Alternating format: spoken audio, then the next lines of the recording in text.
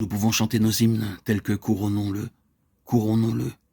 Nous pouvons proclamer avec force et véhémence que Jésus est Seigneur. Mais c'est justement dans ce domaine que toutes nos propres batailles font rage.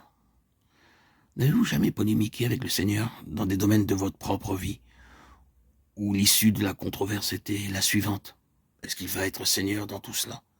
N'avez-vous jamais fait face à des situations et à des circonstances où il paraissait évident pour tout le monde que le diable avait la maîtrise de la situation, qu'il avait conquis le terrain et le fortifié, comme s'il en était Seigneur et Maître? Est-ce que nous ne sommes pas constamment confrontés à des choses comme celle-là, où il semble que le diable, et non Jésus, soit le Seigneur? Cela se présente à nous dans notre propre vie spirituelle, comme une immense épreuve de la foi. Je pense que les expériences dans lesquelles le peuple de Sion est introduit ne sont pas les expériences ordinaires de la vie chrétienne, ni les persécutions, les tentations ordinaires et les difficultés inhérentes au fait d'être chrétien. Ces situations sont beaucoup plus spirituelles et nous impliquent profondément. Et parfois, la foi est éprouvée sur la base de cette question. Est-ce que Jésus est Seigneur malgré tout cela? Regarde à la situation, regarde aux circonstances, regarde les forces qui semblent la contrôler. Jésus est-il Seigneur? J'espère que je ne scandalise personne. Vous pouvez ne pas avoir eu cette expérience. Dans ce cas, ne soyez pas scandalisés, ne vous inquiétez pas de cela.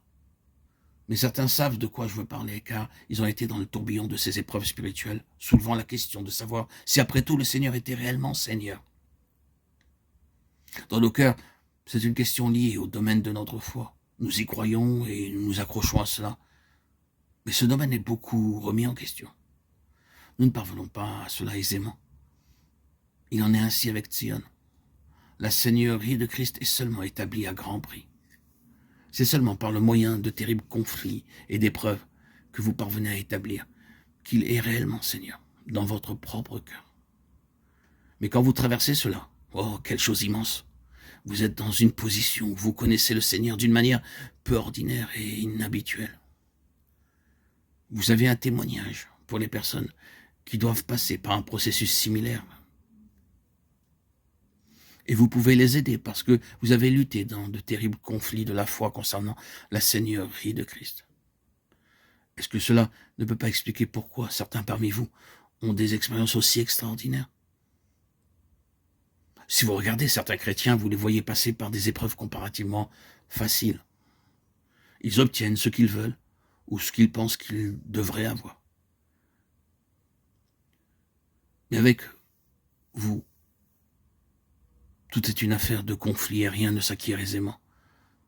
Cette expérience peut être expliquée par le fait que le Seigneur a mis sa main sur vous, avec pour but de mettre dans votre vie quelque chose de sa seigneurie pour vous introduire dans ce domaine de manière à faire de vous un serviteur et un vase particulier utile pour lui. Certains parmi vous sont passés par là et savent que c'est vrai.